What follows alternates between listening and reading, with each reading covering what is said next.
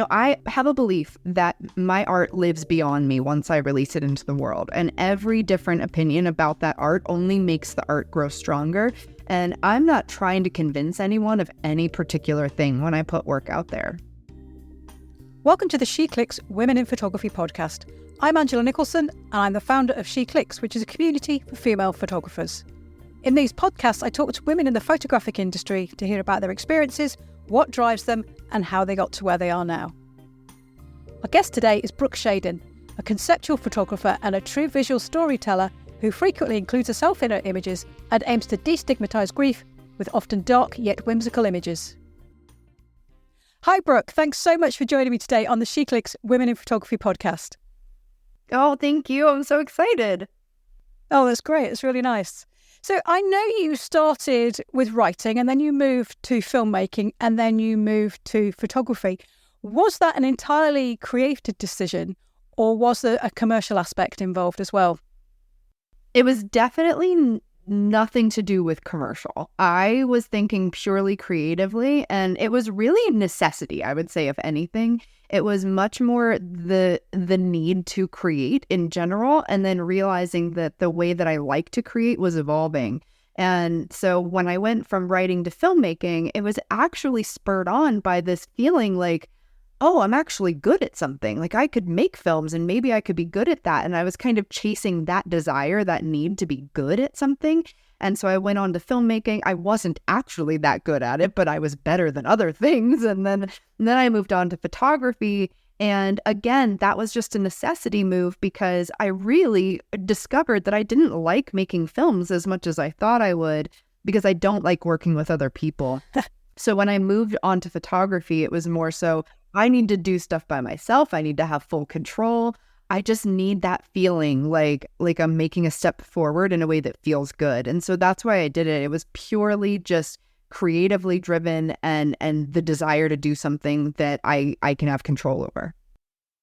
So did you ever envisage that you might make a living from what you do? I kind of did. In a sense, I think that I'm one of those sort of rare people who has always assumed success. Like a lot of people assume failure about their lives or about something that they're doing. Like, well, I'll try this, but I probably won't succeed. And I've always been the opposite, where I think I'll try this and I think I'll probably succeed at this. And not in a way that is really grounded in any truth, but it's more so just this innate sense that the most successful people are the hardest working people. And I know that at least I can do that. I can work really hard. And so I always kind of thought, whatever I do, I'm just going to work as hard as I can until I hit some success. And so when I started photography specifically, I had that feeling like, I don't know what I'm doing. I've never worked a camera. I don't know Photoshop, but I know that I can work really hard at all of those things. And I know that I have a vision. And so from there, I thought in some form, I'll find success. But part two to that is this idea of what is success. And I've always had this feeling that success, even the smallest successes are big. That's always been my reaction to life. So something as simple as, oh my gosh, somebody liked a picture of mine, or oh my gosh, somebody wants to, pay me $10 for a picture. In the beginning, that was like a huge deal to me. And so I thought, wow, this is success. And I kept chasing that feeling. I think there's a couple of important points you've made there, because you were saying about, you've always assumed that you would be successful. But I think if you have that mentality, you also find ways to succeed. Whereas if you think, well, I'll give it a go, but it probably won't work, then you're always looking for that end point of, oh, well, there we go. I knew it wouldn't work, instead of just working your way around objects. But also, we all have an innate desire for a bit of validation, don't we? Like you say, somebody paid $10 for a picture or somebody liked one. I don't know if you feel the same thing, but sometimes, when you make a picture and you think, this is the one I want to print and put on the wall, that's a really nice feeling too, isn't it? That's a really important thing. Oh, yeah. And I actually think that this is a kind of an under talked about idea, this positive reinforcement and validation in the arts. I think that it's actually extremely important in the lives of most people who choose a creative career, that well-placed comment or somebody who says something at just the right time, and it could be something really small, but having those moments of validation really keep an artist going. And I think it's something that we don't like to talk about as artists, because we like to think we exist in a vacuum and it doesn't matter what anybody says. But I think that positive feedback really goes a long way, especially at the beginning of a career when you're not so sure if what you're doing is all that great. And having those moments of validation really helps move things forward. And I love it. I mean, I like to think about it. I credit other people with the fact that I have a career, because if I hadn't received certain, feedback in the beginning of my career, I don't know if I would have continued the belief in myself that I could do this. And that's why I think whenever I talk to emerging artists about their careers or their dreams, my first reaction is not to be disparaging about what they're creating, but to show the potential of what they're doing, because you never know if they need that little kernel of potential to just sort of grow within them to create a great career out of it. Yeah, I think that's really important. I mean, I can think of a couple of instances in my past where someone has just said a real sort of almost a throwaway comment that I was good at doing something in particular, and they actually had significant impacts upon me. So actually, to be able to do that consciously is a really nice thing, and I think it's a very important thing to try and do as often as you can. Yeah. But so how did you actually go about starting to make money in photography? I decided to outline 3 different ways that I could possibly make money. So when I started photography, I did not know that it was a career. Like I guess in some part of my brain, I knew that people were out there photographing weddings, for example, and someone paid them for that. And like, so part of me knew that, but the other part of me, the bigger part, was like, does anybody actually make money from this? Who is doing this? And more specifically, who is making any money from dark, fine art, conceptual work? Like, that's a weird genre that probably not a lot of people are rolling in it from doing that kind of work. And so I just thought, well, okay, I don't want to do any other kind of work. Photography for me was not love at first camera. It was love at first idea. So I did not want to pick up a camera. I still am very uninterested in the medium of photography. I'm much more interested in the idea, no matter how that comes to be. And so when I started photography, I didn't think to myself, I need to make money, therefore I should shoot portraits or shoot weddings or, something like that. I thought the only thing I want to be doing with a camera is this weird stuff that I'm making. So how could I possibly make money from that alone? And so my mind went to 3 places. I thought I can try to get into galleries and sell prints. I can write a book, which was very presumptuous at the time. And I can teach a workshop. So those were the 3 categories that I outlined for myself for my first year. And I said, that's what I'm going to do. And so the first year I started photography, I started to put my work out there. I remember submitting to over 100 galleries that first year, just trying to get my foot in the door. I did write a book that I self-published, and I started teaching workshops the next year. And all 3 of those things actually ended up being the cornerstones of my business, even to this day. Oh, wow. That's fantastic. So who were your inspirations initially? Or maybe they still are. Initially, I was really inspired by film right off the bat, because I had just graduated from film school. So my mind was very much in that realm. And so I remember the movie Pan's Labyrinth being just this massive influence for me in the beginning of my work, and even all through film school. This idea of escapism and how do you bring light to the dark, and just all of these ideas that I think that movie in particular touches on. So film was really big for me. I have always loved classic dark paintings, like Gothic style paintings. And then I started to discover photographers right in the beginning, like Gregory Crewdson, Julia Fullerton Batten. These were some artists that I started looking to as thinking, wow, I want to get to where they are in their careers, but also just in their minds, the way that they could take an idea and build it into such a big universe. I wanted that so badly. And at the time, it was just me in my little apartment, just taking pictures of myself. And it wasn't that grand. And not that it isn't even now, but it wasn't then. And so that was all my inspiration, this kind of filmic style of creating. And where do your ideas come from? I mean, I know a lot of your work is very personal. Like you say, a lot of it is quite dark in some respects. But how do you first get the idea for a particular image around a theme? This has changed some over the years, but largely what I do is and this is a controversial statement, but I'm going to say it anyway. I like to think about audience when I create, because I'm not really creating just for myself. Not that I wouldn't if it was just me and nobody ever saw it. I still would, of course. But I really love the give and take that art allows with an artist and an audience. And so I often think, okay, I felt this thing, or I've been through this thing, or there's this general idea that I want to convey. And then my immediate thought is, how do I want to make my audience feel when they come up against that idea? So the idea typically will come from a life experience that I had, or just a topic that I think is fascinating or that I have a strong opinion about. And then the next step is, but how do I want people to feel when they look at the final image? And then I start to deconstruct from there. So based on how I want the audience to feel, I start to think, well, what visuals would help me do that? What colors, what props, what symbols can I put in this image? And then I just deconstruct it all the way back to the idea. Do you make sketches or write notes or anything? Or is it all stored in your head when you're planning through an idea?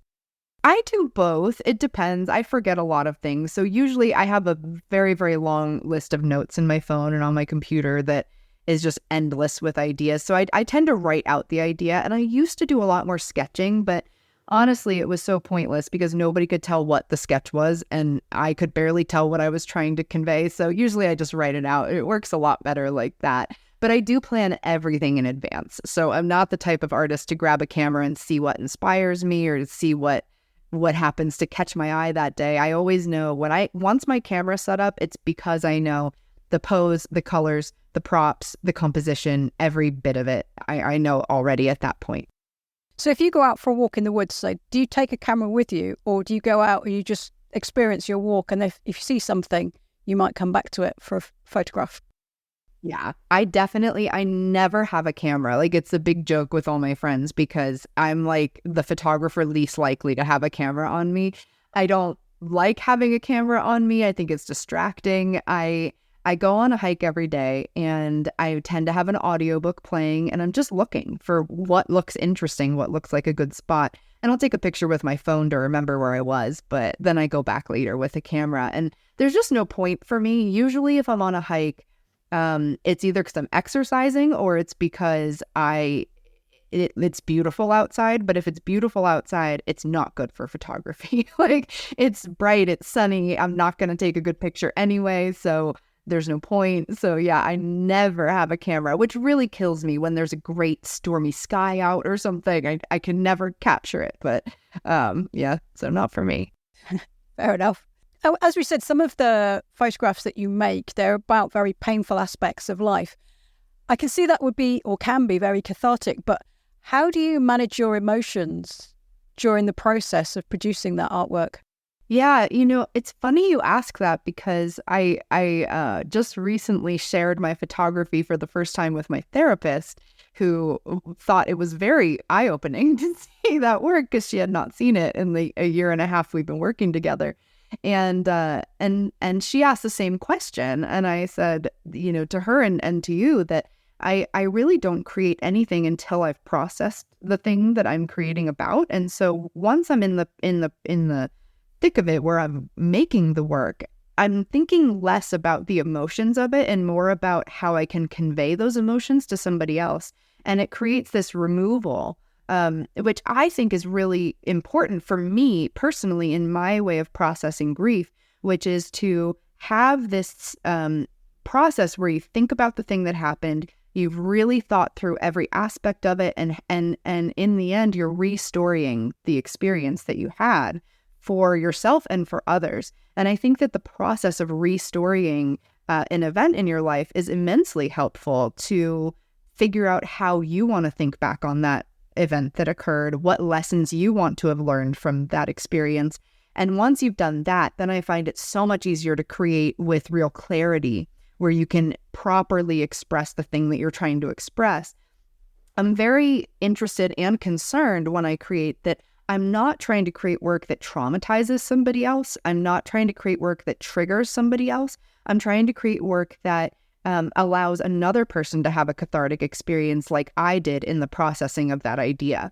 And so I'm usually, I would say 99.9% of the time, not creating when I'm feeling something distressing. I've only done that maybe a small handful of times. And those times were not actually all that productive for me. I personally, when I'm feeling really upset or I'm frustrated or I'm sad, if I try to then create, I find that my brain can't hold those two things in tandem. I can't be sad and trying to take a technically good photo. And so then I find that I'm frustrated with the picture that I ended up with, or I find that I just dissociate from what I'm feeling to focus on the technical aspect. So for me, it's very much not a thing I do. Yeah, I can see that. That certainly makes sense. Now, I was chatting with a group of SheClickers about some of your work, and we all connected with it emotionally, but it was quite apparent that some of us had different interpretations of your images. And I wondered, does that frustrate you because you want people to, see what your meaning is? Or do you just want people to form some sort of connection and get their own meaning from it? Yeah, no, I just want any meaning. I don't care what it is, honestly. I think that, I have a belief that my art lives beyond me once I release it into the world. And every different opinion about that art only makes the art grow stronger. And I'm not trying to convince anyone of any particular thing when I put work out there. So, for example, I recently spoke at a conference where I showed this one image that's been kind of a controversial image of mine, where I'm perched on a desk and I've got red berries dripping down my legs and I've got my skirt pulled up. And it's, for me, it's an image about child loss. Yeah. And when I asked the audience, what does this mean to you? The answers were everything from miscarriage to abortion to losing a child to some sort of illness, to not being able to have children. It was to menstruation and coming of age. It was everything. And for me, that's the beauty of creating an image that's based in symbolism, because the symbolism of the red berry looking like blood, the skirt being pulled up, wearing white, for example, like all of these choices are specific. And they're specific, yes, to my situation, but they're also very specific to a lot of situations. And that's why I tend to create more simply, where I let a single symbol and a single color and a really simple location all speak for itself, so that it can be interpreted in different ways. I find when I look at other people's art, especially conceptual work, if there are too many specific ideas all happening at once, then it creates a very limited view of what that image could be about. And I don't particularly love that experience as a viewer. And so I'm trying to curate the experience for other viewers that's similar to how I want to experience art. Yes, I guess if you're very specific, then the viewers are more likely to spend time trying to work out what you meant rather than connect with it emotionally. Yeah. And put their own meaning on it. Exactly. And therefore, I think when you have your own meaning on an image, you do remember it more strongly. Oh, yeah, absolutely. And my hope is that people can look at an image and feel that I made it just for them. That's what I really want, is to have a global experience and yet a very specific one-on-one experience with each person. And I want viewers to know that your opinion is completely valid about my image, and I'm creating my image for you. Like, it's not just me creating in a vacuum, as I've said. It's really me creating for another person. Then I think that then goes back to the idea of purpose, and what is your purpose in creating and in your life in general. And for me, my purpose is not to heal myself with my art. It's not to do something that I think is prolific. It's to, in the end, help one person live a better life because I made art that spoke to them in some personal way. So I've been thinking of your work as deeply personal, but actually perhaps it's more correct to say it's deeply emotional, because there are aspects of your personal life that are in it, but you've already processed it and moved on, and you're reflecting upon the emotions that were involved. Exactly right. And I appreciate that distinction, actually. And it's what I'm always DMing people on Instagram when they say, "Are you okay? I'm worried about you." And I always say, don't be worried about me, because if I'm creating this work, it's because I have already processed this work. And so I'm not in it. I'm not in the middle of a crisis, and so I'm always telling people that yeah, it's personal. It certainly came from within me and something that I've experienced, but But just like all of life, anything you experience can be turned into a story for other people. And that's how I intend it. Please excuse this interruption. This podcast is supported by Three Leg Thing, the company that makes British designed and engineered tripods, monopods and accessories with highly versatile modular functionality.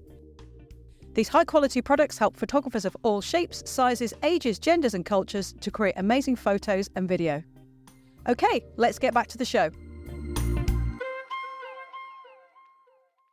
Now, I know you said you prefer to work by yourself, but you do use an assistant. I've seen people in your behind the scenes working with you. How did you find the right person? Because when you're working on such intense emotional projects, I think it probably takes a particular person to come and help you with that, and for you to convey the messages without them sort of going, oh no. It's funny that you ask that. So I don't actually have an assistant. I just call up friends whenever somebody's willing to come out and do something weird with me. So in a sense, I find that much easier because my friends already know me and my story and kind of where I'm at emotionally.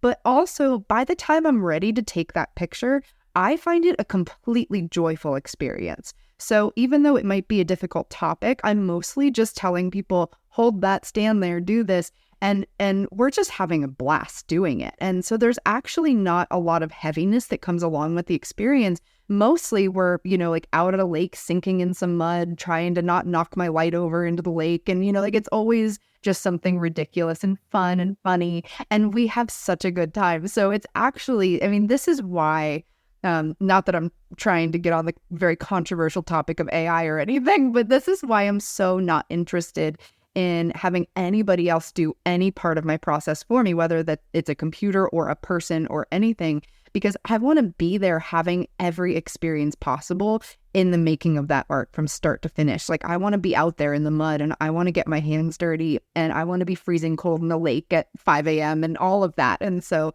for me, that's the fun of it. So it's pretty joyful.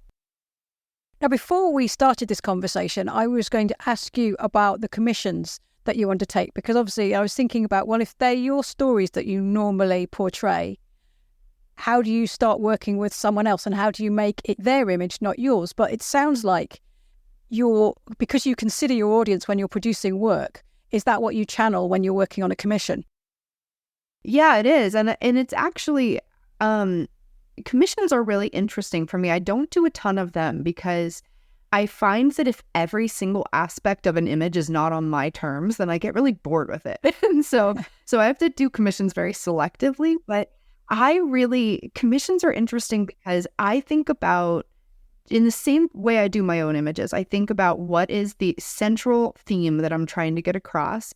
And that's where I start with every person that does a commissioned image with me, is what is the central idea you want somebody to understand when they look at this picture? At least generally. And then I start to work backward again. So then I think, well, okay, what objects could portray that? What location? What colors? And I just break it down the same way that I normally would. And then the challenge is then convincing the person, well, I promise you, this is the way that will really get people to understand that thing. And they usually trust me and it usually goes really well and it can be really fun.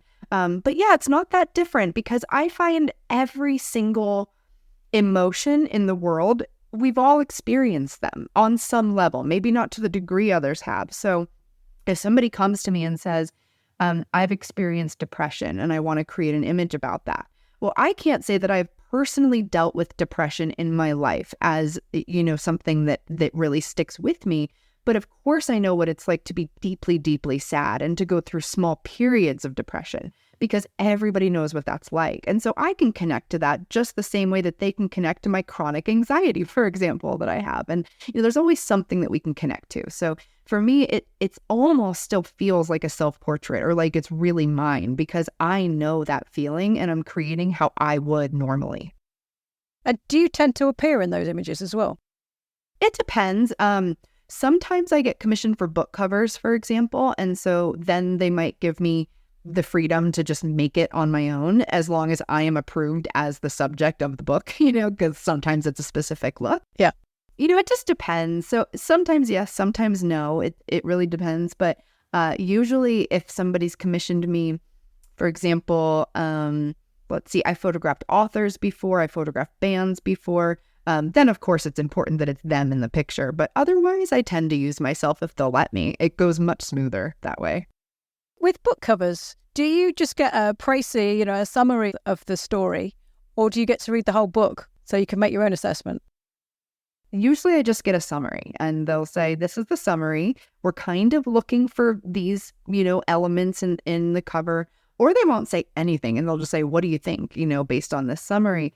But often I will ask it. In fact, I would say probably 100% of the commissions I've done, I ask people, can you send me images of mine that drew you to my work that maybe I can use as a reference to create something for you? Because when your work spans, for me, it's 14 years and over 1,000 images that I've published, then it runs the gamut from really soft and whimsical to super dark and disturbing. And so I really have to get some sort of read on what they saw that attracted them to me for this project. Do they ever send you an image of yours, say, something like this, and you think, oh, no, not that one? Or the opposite, yes, I really want to develop that again? Yes. Yeah. This happens a lot. Actually, it just happened recently. And I actually wrote back to the band and I said, I can't work on this particular project if it's based on this image, but if you want to pick another one, I'm happy to, and they did, and it went great. But there are times when that happens, or when somebody will license an image for a book cover or album art or something like that. And it's an image that either I don't have anymore because I was bad and I didn't back up my work or something crazy like that. Mm-hmm. Or it's one that is it's too low res. It's not going to look good. And I know that, but they don't. Or I just hate it. I just wish I hadn't made it and I don't want it on a book cover. And so those three scenarios come up sometimes. Yeah, I guess that would be pretty bad, actually. If you go to the shops and you walk in and it's like #1 bestseller right in front of you, there's the picture you can't stand seeing anymore. You know what? Side note story about this. I did a cover once, and it's for a pretty big book. And I made this commissioned piece, and it was okay. It wasn't my favorite image, but it worked pretty well. And then I sent it in, and then I saw the book finally, and in a bookstore, and it was totally re-edited, without my permission. And so it was edited so poorly. Oh no. Just, from a compositing standpoint, they had added some wallpaper in the background that wasn't there. And there was just this big, white line around the subject where they hadn't, erased it in properly. And it was just, wow, it was so tragically awful. And from then on, I rewrote my contract, to be very clear about what can be changed about an image or not. But that was a terrible lesson to learn. Yeah, we're always learning. Now, you often share your creative process on Instagram. Is that an important aspect for you? Yeah. It never occurred to me that anybody would ask me how I make my images. I'm just out there poking around Photoshop, hoping something works. And so when people started asking me, I learned very quickly that an important part, at least for me, of being an artist is sharing how I became an artist and what works and what doesn't work. And both of those equally, I would say. I try really hard to share my process and be very transparent about that. But I also try really hard to make sure that anything that I'm creating, if it's a failure, I state that it's a failure. If it's a success, I state that it's a success. Okay. Well, I think it's probably a really good time to go for the 6 from SheClicks section. I've got 10 questions from SheClickers, and I would like you to answer 6 of them, please, by selecting numbers from 1 to 10. So could I have your first number, please? Yeah, let's go with my favorite number 8. Number 8. Okay. Do your titles or captions come before or after your picture? That question's from Liz. They come after, typically. Every once in a while, I'll get a title first. And that's great when that happens because then it totally informs the whole image. But after I make the image, titling and captioning is vital to my process in a way that maybe is more so than a lot of other artists. And I say that because I am just a master manipulator. That's how I like to think of myself. And so when I get an image finished, I look at that and I think, okay, now how can I nudge viewers in a specific direction to think a certain thing or ask a certain question? And so titling an image to me is so important because it allows the viewer to read just a few words that indicates maybe what the theme is or what I want them to focus on first. And then when I write my caption, I actually, years ago, I did a poll with my audience once, and I said, why do you follow my work? Is it for the images or the words? And almost 50% of people said it's almost completely for the captions that I write with the images. And I thought that was fascinating and just something that I think is so overlooked, the importance of being able to communicate a story that is both personal and universal. And that's what I want to do. I practice this craft so much because I believe that a good caption on social media or in a gallery or wherever it is will make or break the viewer's experience with that art piece and with their connection to the artist, because art, it can exist on its own and it is wonderful. And, an image can, say 1,000 words and all of that. But if you get to say another 1,000 words in addition to that and make the viewer connect with you as an individual, I am so much more likely to fall in love with not just that art piece, but that artist if I know their story and I feel a connection to it. Do you ever feel tempted to kind of throw a bit of curveball in with the title? So it does, makes people think, well, how does that connect to the image? I do, yeah. And that happens often when an image I find really does speak for itself, where it's very clear at least the general direction people's minds are going to go. Then I might make the title a lot more vague so that it's not pointing to something specific, but it's pointing to something more general. And I do that sometimes, but I find less frequently. Okay. So could I have another number, please? 2. Number 2. Most of your images are very evocative and looking at pain or grief. Do you ever compose images that hold the joy that precedes some of the grief portrayed? That's from Janina. Yes, definitely. It happens sometimes. And actually, I'm very intrigued by this question because I just wrote a note to myself right before we started this podcast that said, maybe do a month of joy. And so I'm thinking about December or January, creating the whole month just joyful images, not necessarily that look joyful, but that are based in an emotion associated with joy.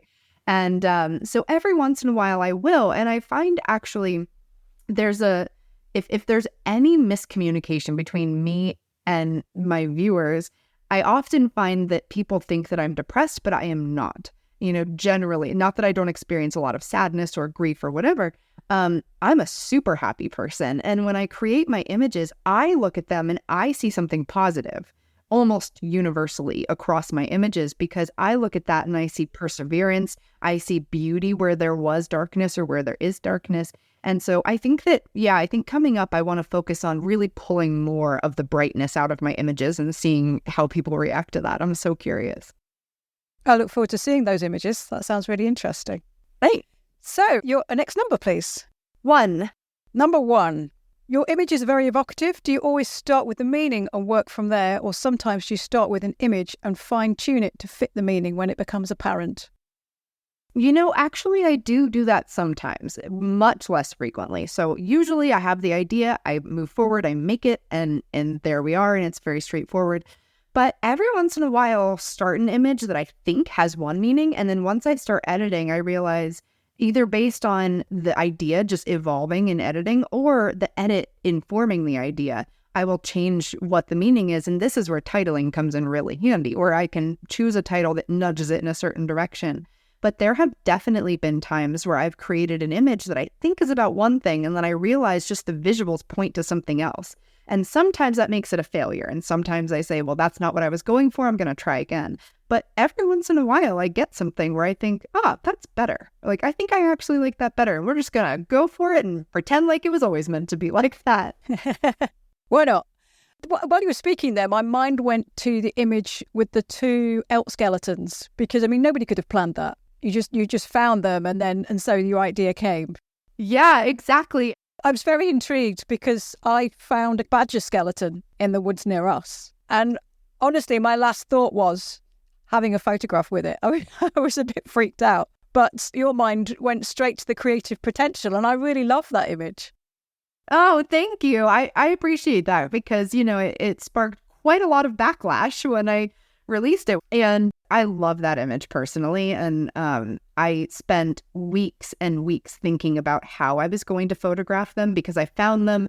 And then I went on a trip for 2 weeks. And so I had time to think about it. And every single day, I just hoped that they would still be there when I got back. And they were. And I actually had a different idea with those elk skeletons. And that was to get inside the rib cage of one of them to photograph it that way.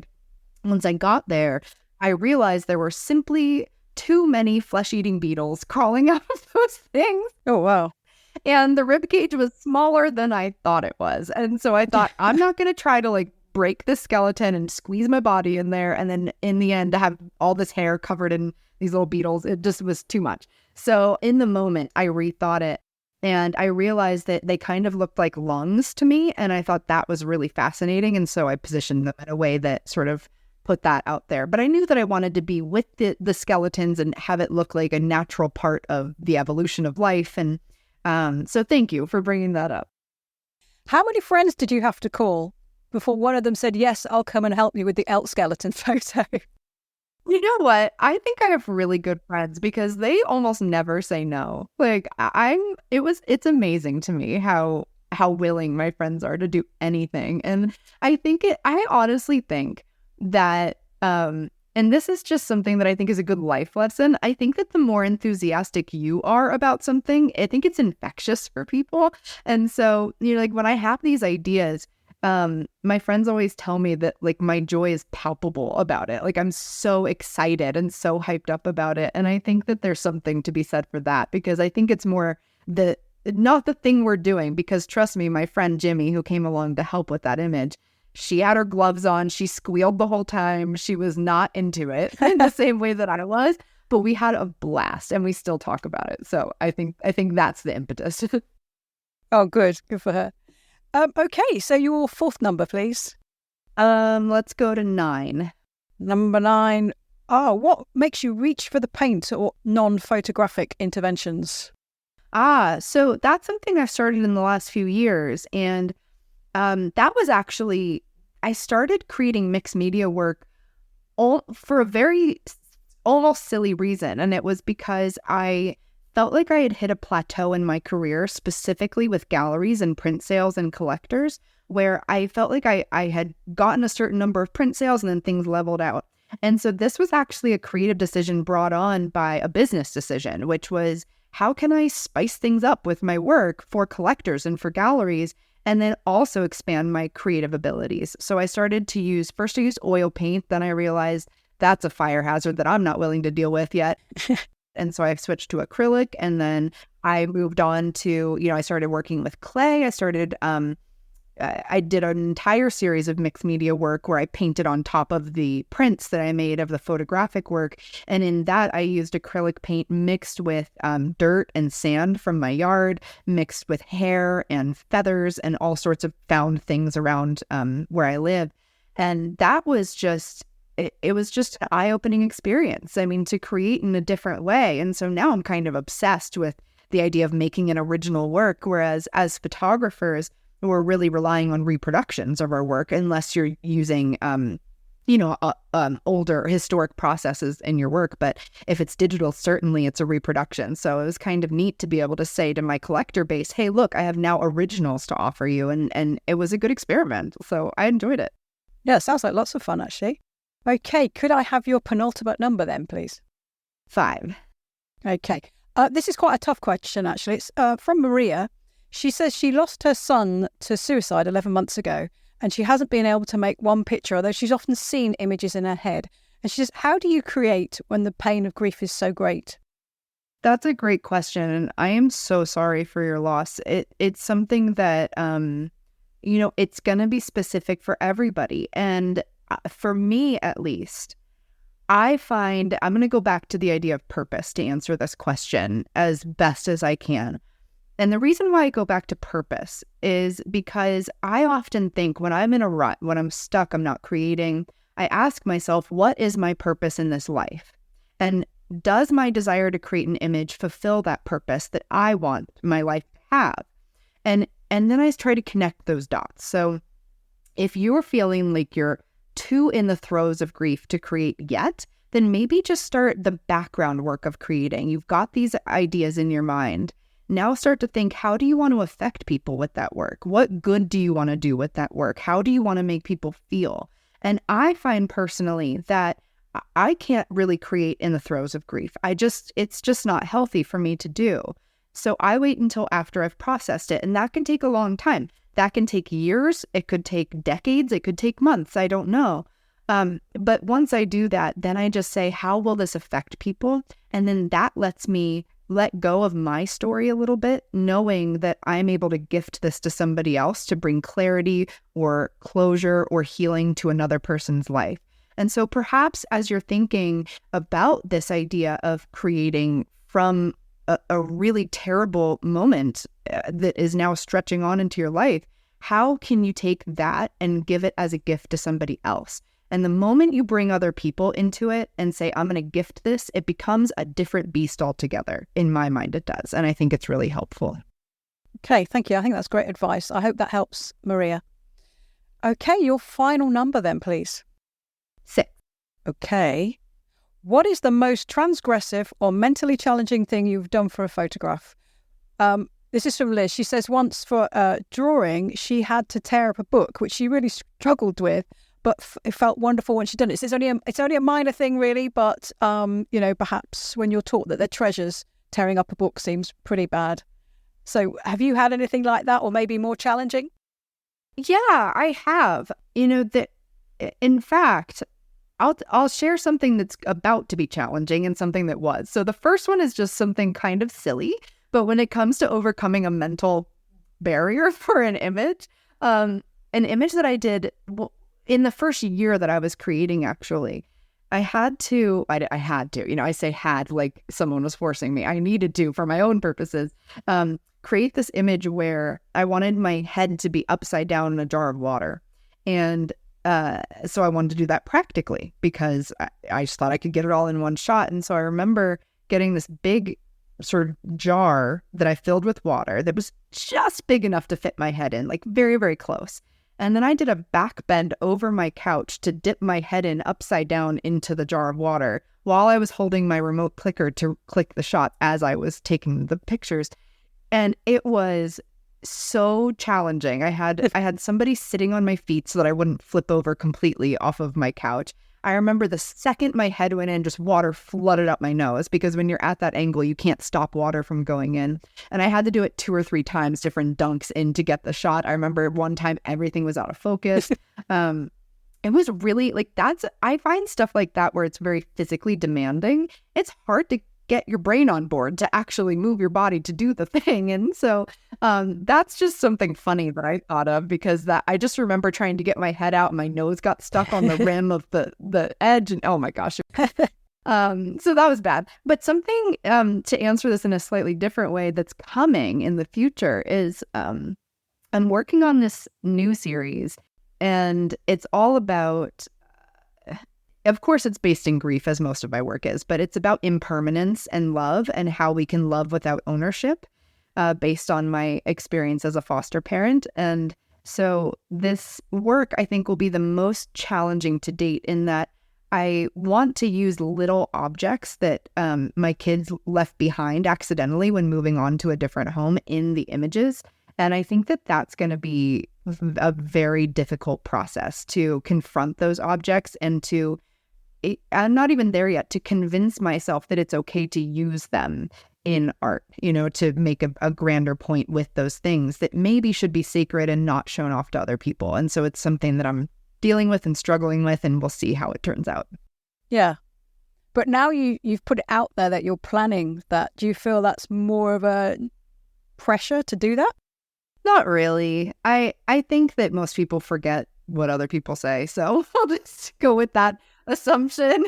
But even if I don't do it, I mean, I think that what's important to remember is that even though I have an idea and I'm happy to share that idea might just be a stepping stone for some other idea that's even better. So maybe that thing never materializes, but it's been ruminating in my mind for such a long time that maybe something else will be born from it. So either way, the concept will make it forward somehow. Yeah.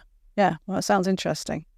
I still have so many questions about the first scenario, though. I mean, like, where did you get a jar that size? How did you not drown? And most importantly, where can I see that picture? Oh, yeah, I'll show it to you. I sat in Target for ages, just trying on jar after jar on my head to see what would fit. And I remember somebody walking past the aisle and just staring at me, and then they continued on. And it was, I feel like it was actually a formative time in my career, because I remember doing a lot of things like that, where I was like, oh, this is a weird thing that I'm doing, and people are watching me do it. And then that was the birth of my decision that weirdness is great and we should just celebrate it and flaunt it. I had visions of you buying a massive jar of pickles or something like that and having to get rid of all those and then dealing with the smell of that. But no, you actually had a clean jar that you could try on in the shop, which is handy. Oh, gosh, no. Okay. Well, Brooke, it's been absolutely wonderful to speak with you today. Thank you so much for joining me on the SheClicks Women in Photography podcast. Thank you so much. This was wonderful. I've really enjoyed our conversation. Thank you. Ew, this was really, really lovely. I'm so grateful. Thank you. Thanks for listening to this episode of the SheClicks Women in Photography podcast. I hope you enjoyed it. You'll find links to Brooke's website and social media channels in the show notes. I'll be back with another episode soon, so please subscribe to the show on your favourite podcast platform and tell all your friends and followers about it.